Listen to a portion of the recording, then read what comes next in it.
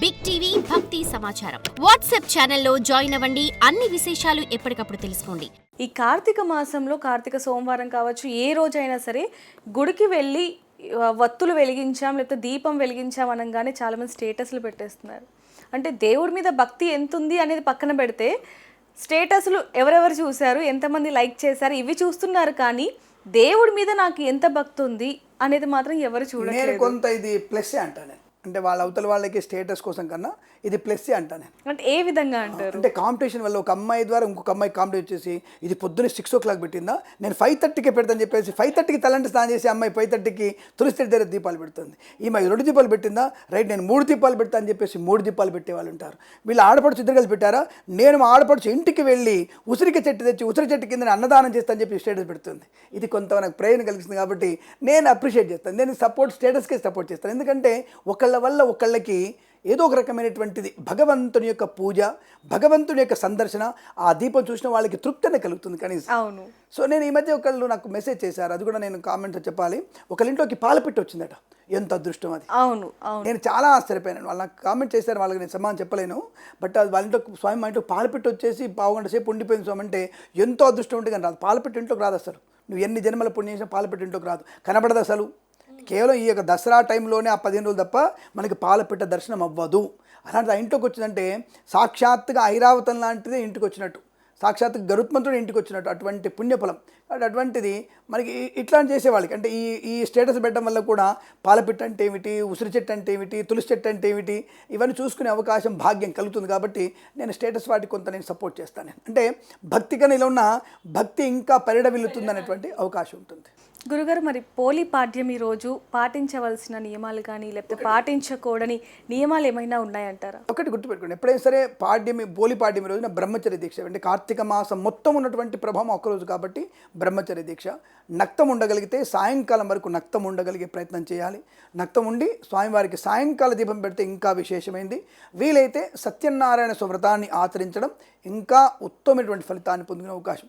సత్యనారాయణ వ్రతంతో పాటుగా సమయం ఉండి ఏకాదశి రుద్రాభిషేకం చేసుకోగలిగితే ఇంకా విశేషం. ఏకరుద్రమైనా చేసుకుంటే విశేషం. ఆ రోజున ఆ స్వామివారికి చేసుకున్న తర్వాత తప్పకుండా సత్యనారాయణ వ్రతంలో విష్ణునామాలు ఉంటాయి కాబట్టి ఇటు విష్ణునామాలు ఇటు శివనామాలు 2 చదవడం వల్ల మనకి పోలి అయినటువంటి వ్యక్తికి ఎలాంటి స్వర్గం ప్రాప్తి కలిగిందో మనకు కూడా అలాంటి సశరీరంతో స్వర్గానికి వెళ్ళేటువంటి భాగ్యం కలిగినా ఇంకా గొప్పతనమే.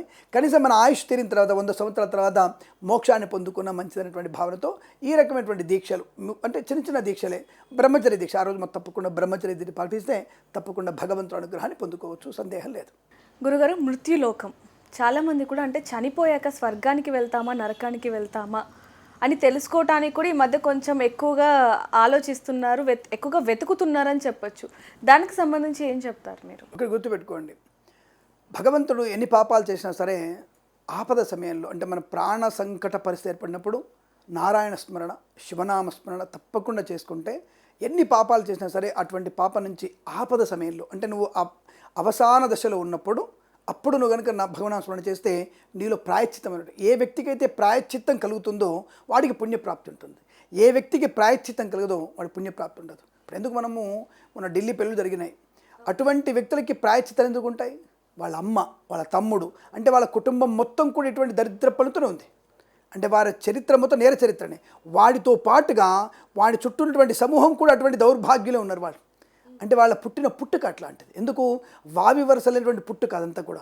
అటువంటి వాడైనా సరే, ఎందుకు చెప్తున్నాడు ఆ విషయం, అటువంటి వాడైనా సరే అంతిమ కాలంలో భగవన్నామస్మరణ చేసుకున్నట్టయితే అంటే నారాయణ స్మరణ చేసినట్టయితే శివనామస్మరణ చేస్తే వాడికి కూడా పుణ్యం కలుగుతున్నాడు. అటువంటి పాపాత్మలు కూడా పుణ్యప్రాప్తిని కలిగించేటువంటి అవకాశం ఖచ్చితంగా ఉంటుందని చెప్పబడింది. అంటే మీరు అడిగారు మృత్యులోకం అడుగుతున్నారు మీరు. ఆ మృత్యులోకం అనేది నువ్వు ఎప్పుడైతే నువ్వు వెళుతున్నప్పుడు కూడా నా కొడుకు ఆస్తి రాసి లేదు, నా కూతురికి ఇంతే ఇస్తాడేమో, లేదా నా కూతురికి ఇవ్వకూడదు, నేను ఇంతే కూడబెట్టాను, అయ్యో నా బంగారం అంత ఏమవుతుందో అన్నటువంటి వ్యామోహంతో ఉంటావు. అయ్యో నేను ఈ అమ్మాయిని అనుభవించలేదు, అయ్యో నేను అబ్బాయిని నేను అనుభవించలేకపోయాను, నా వైపు తిప్పుకోలేకపోయినటువంటి భావనతో ఆస్తి గురించి, వ్యవస్థ గురించి, ఆరోగ్యం గురించి, నీ యొక్క ఉన్నతి గురించి నా అన్నటువంటి పదంతో ఎప్పుడైతే ఉంటావో తప్పకుండా నీ యొక్క ద్వారం మృత్యు ద్వారమే అవుతుంది. అది మృత్యు ద్వారం అంటే నువ్వు అనుకుంత ఈజీగా ఉండదు. గరుడ పురాణం చెప్పినటువంటి మహత్తరమైనటువంటి మనకు తక్కువ చెప్పారు గరుడ పురాణంలో. మీకు మనకి వాల్మీకి రాసినటువంటి పురాణాల్లో చూసుకున్నట్టయితే మీకు తప్పకుండా వ్యాసుడు రాసిన పురాణాల్లో ఆ వ్యాసుడు అనేటువంటి అసలు పురాణ గరుడు చదివితే మనకి భయంకరమైనటువంటి బాధ అయిపోచ్చేస్తుంది. మనకి అసలు మన కడపలోంచి బయటికి వెళ్ళలేం మనం. వద్దు బాబు, ఏది వెళ్తే ఏమవుతుంది అన్నటువంటి భయం ఉంటుంది. అటువంటి భయంకరమైన నరకాలని మనకి అది అనుభవి తెలుస్తుంది. ఇప్పుడు దానికి ఎగ్జాంపుల్ మన పాపకర్మ గురించి మాట్లాడుకుందాం మనం. మొన్న బాంబేలలో వాడు చనిపోయాడు కదా, ఎంత నరకం అనుభవించుంటాడు వాడు. వాడి ప్రాణం కనీసం 10 నిమిషాలు ఉంటుంది. అది ఎంత పేలిపోయినా అది గుండె ఇతరత్ర అవయవాలు కూడా బాధపడుతూ ఉంటాయి. మీరు కోడిని కోస్తుంటారు, మేకని కోస్తుంటారు, అది ఎంత తలడిల్లుతుంది. 5 నిమిషాలు 10 నిమిషాలు కంపల్సరీగా 5 నిమిషాలు కొట్టుకుంటుంది. మనిషి ప్రాణం కూడా 5 నిమిషాలు విలవిల్లాడిపోతుంటుంది. ఆ సమయంలో వాడి నరకయాత్ర ఎంత అనుభవించుంటాడు. అలాగే మరి మనకి మన జేవేళ్ళ దగ్గర జరిగినటువంటి బస్సు ప్రమాదం, వికారాబాద్ బస్సు ప్రమాదంలో 21 మంది 20 మంది చనిపోయారు. పాపం ఏం పాపం చేశారు చనిపోయారని చెప్తున్నారు మీరు. ఎవరేం పాపం చేయాలి? మరి పుణ్యాత్తులు కూడా బయటపడ్డారు కదా ఆ రోజు. దాని ఉంది 40 మంది, మరి 20 మంది ఎట్లా కాపాడబడ్డారు, ఎట్లా తప్పించుకున్నారు వాళ్ళు. 3వ సీట్లో ఉన్న అతని వ్యక్తి బయటపడ్డాడు, 5వ సీట్లో ఉన్న వ్యక్తి చనిపోయారు.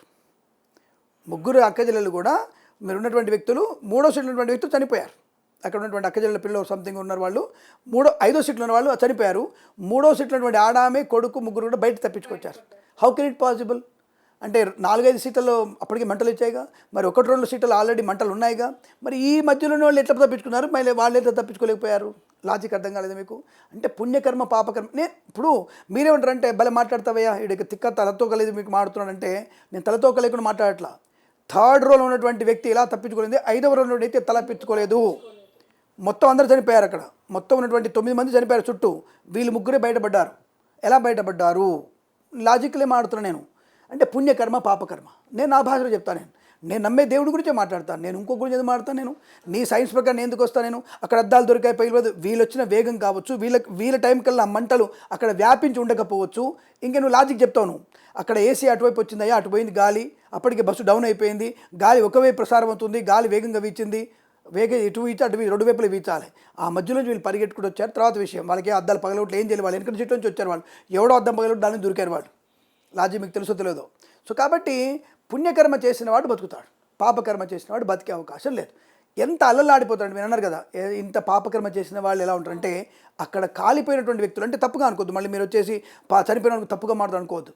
ఒక వ్యక్తి చనిపోయిన తర్వాత వాడు చేసిన పాపకర్మల వల్లనే అకాల మరణం వచ్చేస్తుంది. అది కూడా మన ఎట్లుందంటే భయంకర మరణం ఉంటుంది. ఇప్పుడు రోగముతో రోజు చచ్చిపోయేవాడు కొంతమంది ఉన్నారుగా. రోగంతో రోజు 4th స్టేజ్ రోగం, క్యాన్సర్ 4th స్టేజ్.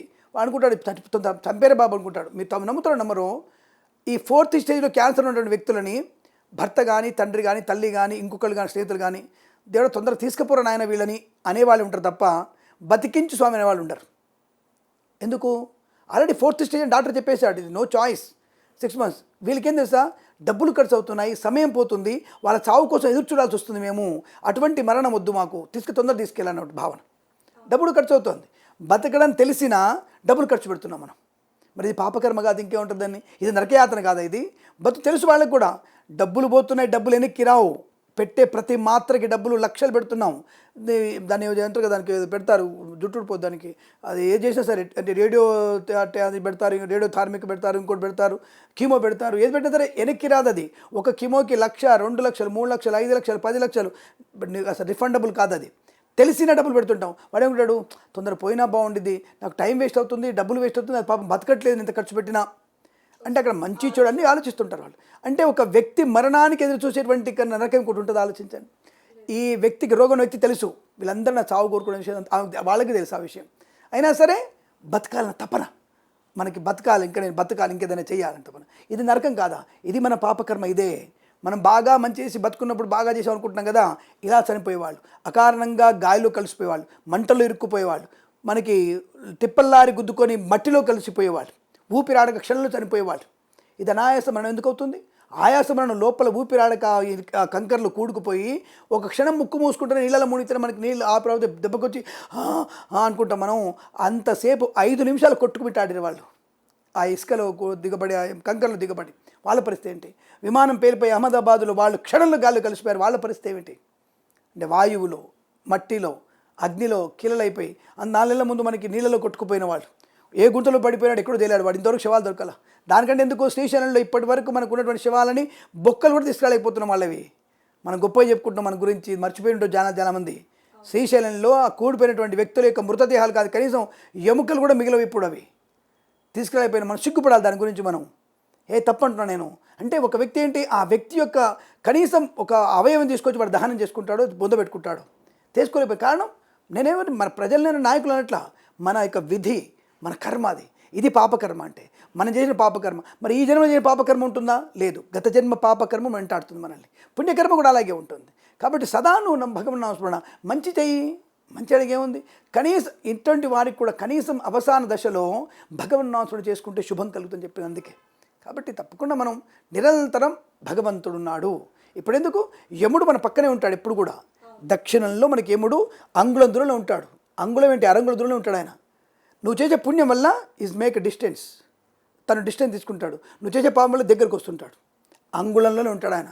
ఈ అంగుళంలో ఎన్ని పాపకర్మాలు చేస్తావో ఆలోచించు, ఎన్ని పుణ్యకర్మాలు చేస్తే ఆయన దూరం వెళ్తాడో ఆలోచించండి. ఇది శాస్త్రం చెప్తోంది. మనకి మరణం అనేది మన కుడివైపు ఎక్కువగా ఉంటుంది. For more videos like this, subscribe Big TV channel.